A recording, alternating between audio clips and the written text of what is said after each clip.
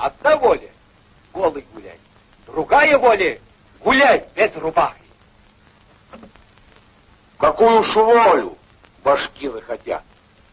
Наши люди, как говорят, землю заводчикам не давать. Лес рубить не давать. Лошадей штрафных не давать. Начальников, которые народ обижают, прогнать надо. Башку начальникам рубить. Башкирам вольно жить надо. Как рыба в воде плавает, как зверь в лесу ходит, как птица в небе.